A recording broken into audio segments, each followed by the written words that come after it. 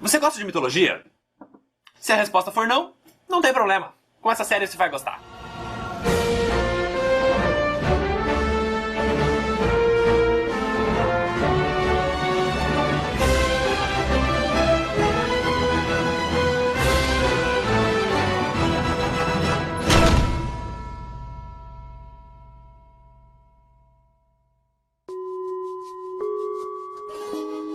O motivo de muita gente achar que mitologia é chata é que o pouco que a gente aprende na escola é com aquele professor de história que já tá de saco cheio e fazia a gente assistir algum documentário absurdamente chato, tipo Mistérios do Egito.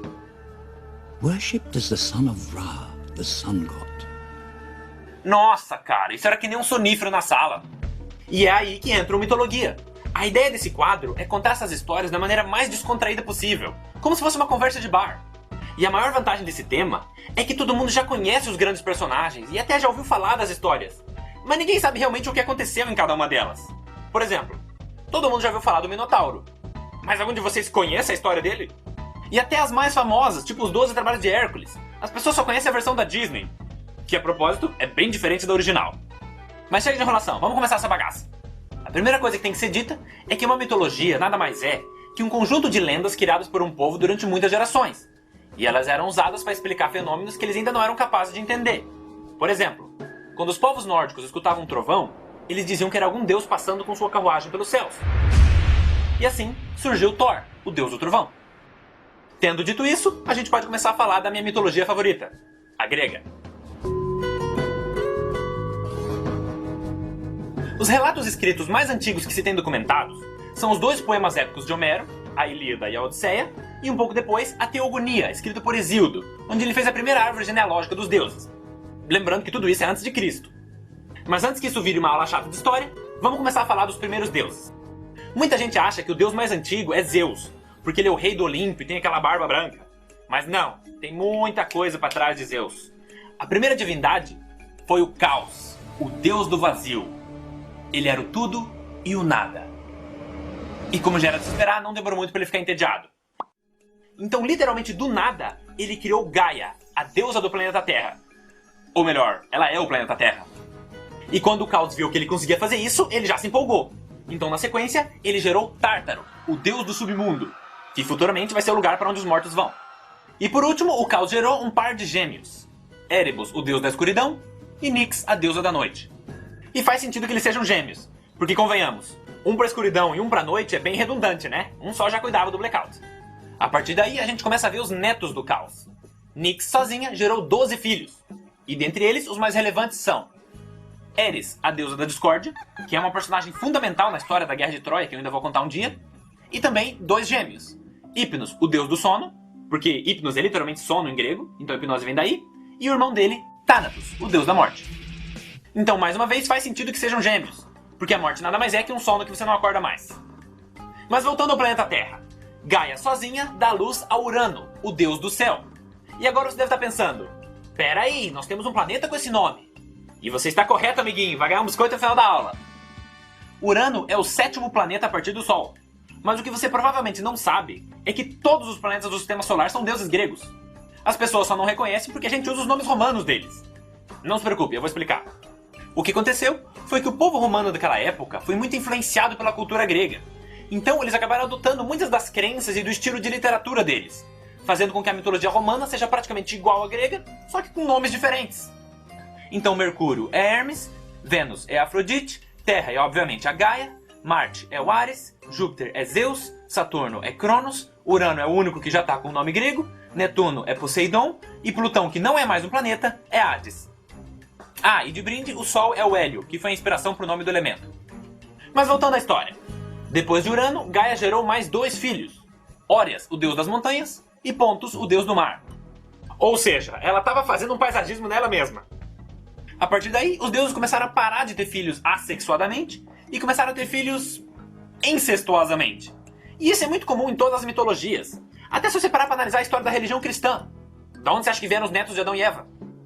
Então Gaia copulou com Urano. O que mesmo sem a parte do incesto já é bem bizarro. Como é que o céu faz sexo com a terra, sabe? Eu queria entender a logística. Tipo... não sei.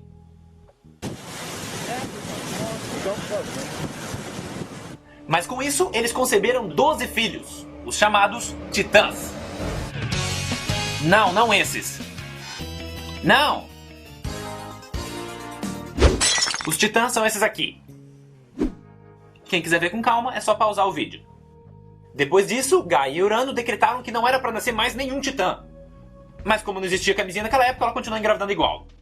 Só que ao invés de nascerem deuses, começaram a nascer monstros. Sendo eles 3 Ciclopes, Brontes, Stéropes e Arges, e depois os Hecatônqueros, que entram pro top 10 de criaturas mais bizarras da mitologia grega. E o motivo é que cada um deles tem 100 braços e 50 cabeças. Muitos artistas já tentaram retratar como eles seriam, sendo que algumas representações ficaram muito boas, outras nem tanto. E aí Urano, vendo as criaturas que ele mesmo gerou, sentiu o repulso dos próprios filhos e disse que o único lugar que eles mereciam ficar era no submundo, sendo que essa é a primeira vez que o submundo ia ser útil para alguma coisa. Mas isso tinha um problema. O submundo fica no centro da Terra, ou seja, dentro de Gaia. Então quando Urano aprisionou os Ciclopes e os Hecatônqueros nas profundezas do planeta, Gaia começou a sentir muita dor. E aí você pode interpretar que as dores eram literalmente uma dor de barriga por ela ter criaturas dentro dela, ou que o sofrimento era na verdade a tristeza de saber que os filhos dela estavam aprisionados. Eu diria que é os dois. Mas aí Gaia bolou um plano. Com a ajuda de Nyx, ela juntou o mineral mais resistente que ela encontrou nela mesma. No caso, o adamante, que é um termo arcaico para representar algum material muito resistente. E eu acredito que também tenha sido a inspiração para o adamante do Wolverine. E com esse material, ela fez uma foice. Aí quando o Urano saiu para na padaria, ela chamou todos os filhos e disse que um deles teria que usar essa foice para castrar o Urano. Porque os deuses são imortais, isso era o máximo que ela podia fazer. E tinha que ser outro deus usando a foice, porque ela ia distrair o marido para que ele não percebesse o que ia acontecer. Mas quando os filhos dela ouviram esse plano, eles ficaram chocados e pularam fora. Menos um. O único que aceitou foi Cronos, o mais novo e mais rebelde dos Titãs. Aí a Gaia explicou melhor o plano. Ele era para ficar escondido, e na hora que o Urano viesse fazer sexo com ela, esse seria o momento que ele ia estar mais distraído. O que é verdade. Nesse tipo de situação pode estar acontecendo até um terremoto no quintal e o homem não vai nem olhar pro lado. Mas o que eu realmente queria saber é como é que ela contou isso pro Cronos, o caçula dela. Porque deve ter sido a conversa mais constrangedora do mundo. Filho, pega essa foice e se esconde ali atrás do criado mudo. Aí quando teu pai vier me comer, você sai correndo e corta o pau dele, tá? Bem bonitinho, depois mamãe vai te dar um Kinder Ovo. Ou seja, a chance do Cronos ter um desenvolvimento psicológico sadio é 0.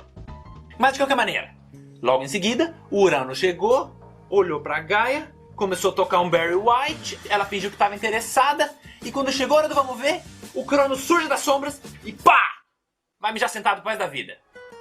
E existe uma outra versão dessa história que diz que não só os Ciclopes e os Hecatônqueros foram aprisionados, mas sim todos os Titãs. Então Cronos estaria dentro do ventre de Gaia e cortou a genitália do pai durante o ato sexual. Com isso, a gente chega à conclusão de que as pessoas podem dizer que mitologia é qualquer coisa, menos chata. Continuando a história. Até então, Urano era o rei dos Titãs, mas depois de ser derrotado, Cronos assumiu esse cargo. O que é justo, levando em consideração o que ele teve que fazer. Com isso, Gaia ficou muito feliz, porque finalmente os filhos dela iam ser libertados. Ou pelo menos, era isso que ela achava que ia acontecer. Porque Cronos chegou e falou: os monstros não vão sair. Gaia ficou pasma. E foi aí que ela percebeu que Cronos não atacou Urano para salvar os irmãos, e sim para usurpar o pai e tomar o lugar dele. Então Gaia olhou nos olhos de Cronos e profetizou que ele seria destronado por um de seus filhos, assim como ele fez com o pai dele. Cronos deu as costas e saiu, que nem novela mexicana. Aí, sendo o soberano e o mais forte dos Titãs, a primeira coisa que ele fez foi escolher Rhea como sua esposa e rainha. E assim começou o reinado de Cronos, que foi bem mais longo que o do pai. Nesse período, ele decidiu que não seria uma boa ideia brincar com a profecia de Gaia. Então, ele resolveu não ter filhos. Já seus irmãos tiveram vários, sendo que um deles, Prometeus, filho de Iapto, criou o homem, fazendo dessa a primeira geração da humanidade. Aí, muito tempo se passou sem grandes problemas. Exceto que Rhea estava muito infeliz, porque ela era a deusa da maternidade, casada com um cara que não queria ter filhos.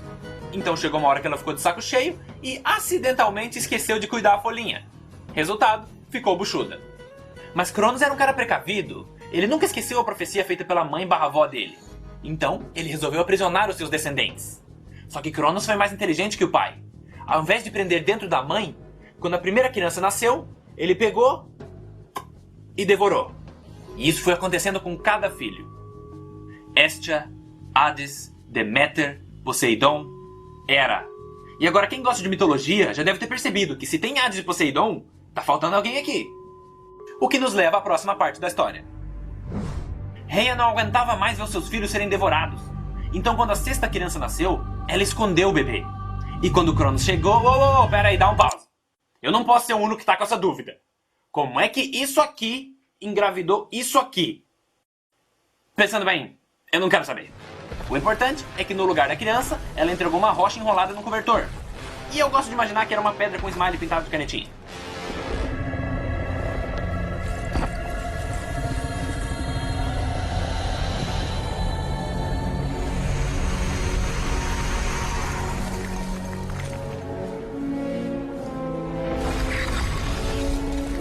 Aí, como já era a sexta vez que o Cronos estava fazendo isso, ele nem prestou atenção, ele só mandou pra dentro. A partir daí, a vida dos titãs continua normalmente. Mas o que eles não sabiam é que o último filho de Cronos estava sendo criado escondido em uma caverna. E obviamente ele não tinha como se criar sozinho. Quem cuidou dele foi sua avó, Gaia. Então esse garoto por muito tempo foi mantido em segredo na ilha de Creta. E ele foi crescendo e se tornando cada vez mais poderoso. Até que depois de décadas de treino, ele sentiu que finalmente tinha chegado a hora de cumprir a sua missão. Confrontar o rei dos titãs, libertar seus irmãos e concretizar a profecia de Gaia.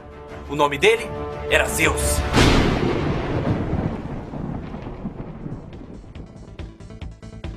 E aí pessoal, espero que vocês tenham gostado do vídeo. E pra quem ficou curioso com esse final, não se preocupe, eu vou terminar de contar essa história no próximo Mitologia. Eu só não quero que esses vídeos fiquem muito compridos, porque assim eu posso postar com mais frequência.